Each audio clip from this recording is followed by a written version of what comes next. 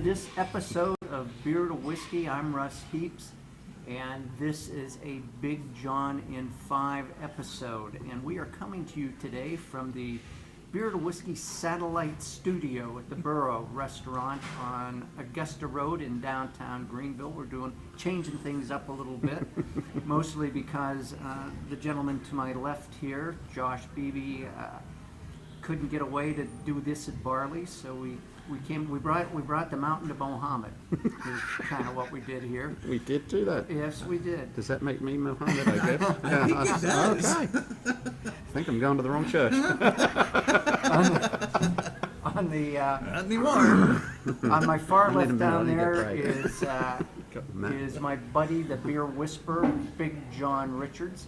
And normally with these Big John and 5s, John picks out something for us, and we sniff it and we taste it and we get bits about it, and we learn a little bit about the brewery. We learn a little bit about the history of brewing. It could be a little chaotic today, not just because of these guys, but These guys. we happen to be here. The Burro is open for lunch, and we're kind of right in a flight path here. So there may be a little noise, there may be some people walking by, but hey, this is what you need to focus on right here. And with all that, John, what are we doing? Let's get started. Let's go, shall we? We're doing Bell's Flamingo Fruit Fight, which is their new spring seasonal for this year. And of course, Bell's is available more or less everywhere. And most folks are familiar with Two Hearted, which if you're an IPA person, you've had a fling where Two Hearted was your favorite beer. That's just the way it works. Yeah. And so Bell's does some really, really wonderful things. This being one of the most revelatory beers I've tasted this year, probably. It's a passion fruit and lime sour ale, and it's juicy, and it's pulpy, and you can see how cloudy it is, and it's super rich and sweet and smooth, and then tart on the finish, and it's pretty magnificent. What a great, refreshing spring beer this is. It looks really juicy. Yeah. It is. And I was sitting down and I was like, this is what I want my juicy beer to taste like. I don't want juicy to leave my IPAs alone. Yeah, thank you. Yeah, this beer is, every year I have a standout beer or two. Yeah.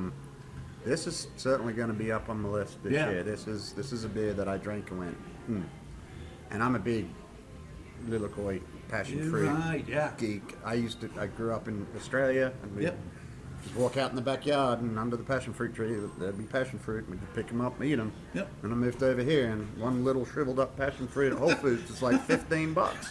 It's like, what? So it's definitely a flavor that I miss when I go to Hawaii. I'm like, what's Lillekoi? And Lillekoi is passion fruit. But there's a lot of syrups and different adjuncts that people use now over in this country.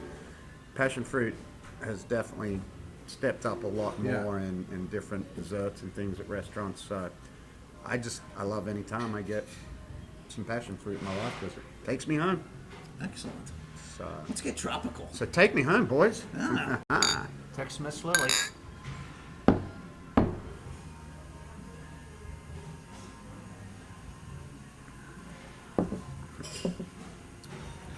I want to be sitting by my pool right now.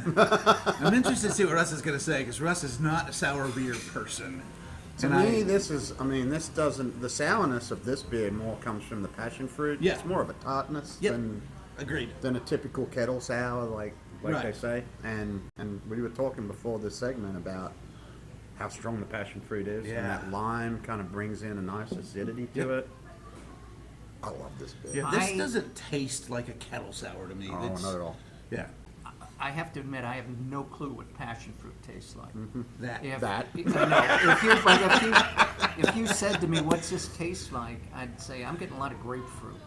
Okay. Yeah. Which must be the passion fruit that I'm just mistaking. Yeah, you're probably tasting the passion fruit, feeling the acidity of lime, and right. Yeah, and I think the lime does play a big role in that, because passion fruits tend to be sweet and tart more than that acidy kind of thing. So I see what they did there, but yeah, I could see grapefruit in that for sure.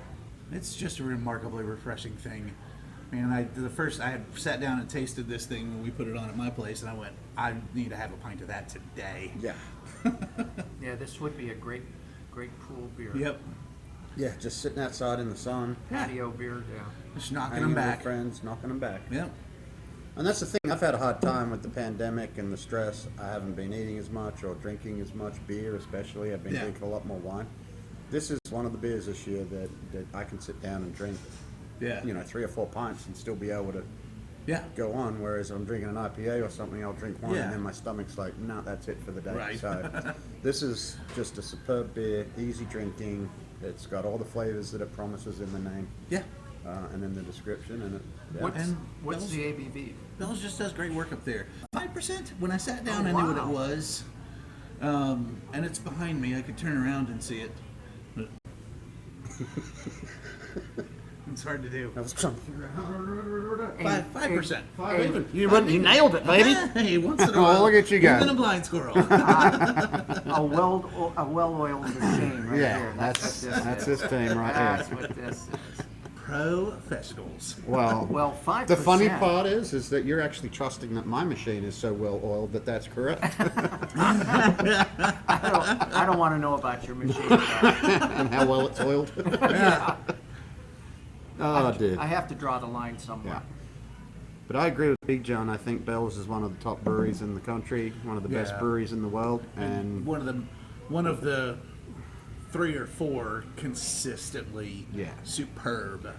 whenever a new Bell's beer comes through, we get excited. Yeah. And they don't miss very often. And to me, this is another outstanding win for Bell's. Yeah. Yeah, Agreed. for sure. Agreed. Anything else? Well, just say Comstock, Michigan, which is Kalamazoo. Kalamazoo? Kalamazoo is where they started, where the pub still is. Comstock's where they're from, but they're pretty much nationwide, I think. I don't know if Yeah. they're in all 48 of the lower states, but Well, probably even Well, yeah. potentially 50 because I know, I don't know what's going on in Hawaii, but every time I go to Hawaii, go into a bottle shop, they have more beer. I think it's because they're so close to yeah. California.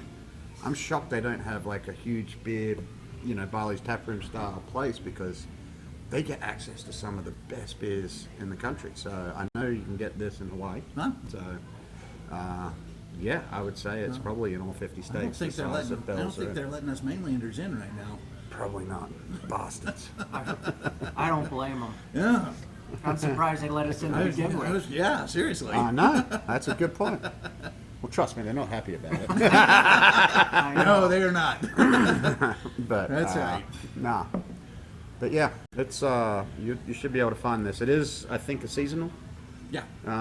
So it'll be short-lived. But it's- yeah, if but you it's can out- get out it's and out find now. it, go get one because Should it's be. delicious. I think it should be out through early summer at very I would least. think so. It is delicious. Yeah. We're good to go. Yep. Let's send them on their Cheers. way. Yep. Right back Cheers, at ya. fellas. Thanks for joining us, Out there. Josh. Oh, and see you next time. Always. I'm looking. See you next time.